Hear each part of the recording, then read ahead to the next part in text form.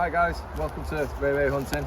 I just wanted to do a little quick video about the FX EZ shop chair that I used the other day in my squirrel hunting video. Just want to explain the pros and the cons of it and what I've found. So I'm going to set it up and show you how easy it is to set up and about the pros and cons. Right, as you can see, it's very lightweight and compact. You all know, well, the majority of you all know that when you go out and you say pigeon shooting, decoying, you've got your decoy bag on your back, you've got a pair of shooting sticks possibly like I'd use, you've got a chair. I used to use an old fishing chair, also your rifle slung over you, and at some point you're going to look like a pack horse. Someone's given me an idea once about using a fishing trolley, which is a great idea, but then you could be going quite some distance with your fishing trolley as well, before you set up and get yourself rigged up and everything. Rich at More Edges told me about this little thing. It came up on his website, just glanced across it, and I thought I'd give it a go really. He was very kind enough to let me, give me this one for a good price. I believe he sells them for about £150, I think it is, or £160, something like that. They normally retail at about 200, but yeah, he's got a good deal on them at the minute. Right, so let's rig it up and I'm going to show you how simple it is. To be fair, I'm going to quickly tell you about the weight. I don't think it's any more than about probably 10 kilogram, not even that probably. It is a really light bit of kit. It's got a sling built into it that goes over your shoulder, which is pretty cool as well, so you're not messing about having to carry it like that. And if you're walking across a 5-acre field, your grip's going to go eventually. So basically you set it down like that. It's got a built-in Primos trigger stick, which is pretty good, because you don't want, obviously, I've got another set of trigger sticks which is a great bit of kit, but this one's got one built in for when you're sitting down. You just fold it out like that. That's the basics of it. Then you just unscrew this, that releases this up and down, so about there I'd say for this. Tighten it back up, put it over, and that's it. That's your basic, obviously, setup of it. Now you're off the ground. It's got some padded seating both forward and back, which is good.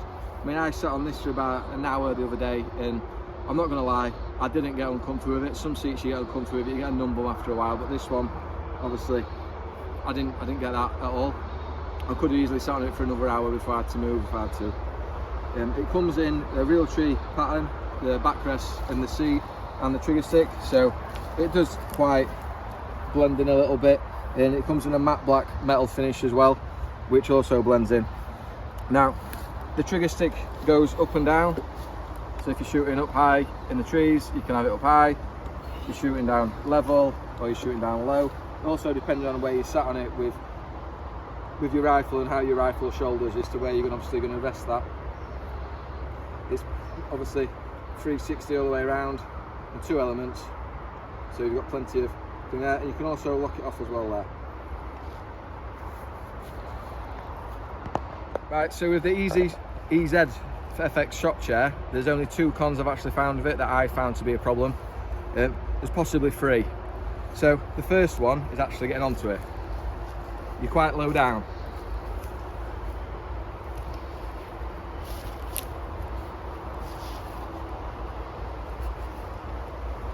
Just tighten up a bit more. Right, that's the first con. So once you're in here, once you're sat there, you are quite stable. You don't really rock too much. It's pretty good. So you can move the FX, the trigger stick. That's how you want that. That's the first con. The second con is, because the trigger stick's actually in the middle of the chair and not to one side, I found if I'm shooting right-handed, I could actually do with the trigger stick being there. If I'm shooting there, it's not really a con, I suppose, but if I'm putting the rifle there, I'm shooting on an angle, so if you're shooting straight in front of you, you have to put the actual seat on an angle to make sure you're shooting straight, because at that angle, I'm shooting off to the left. That's only the second con.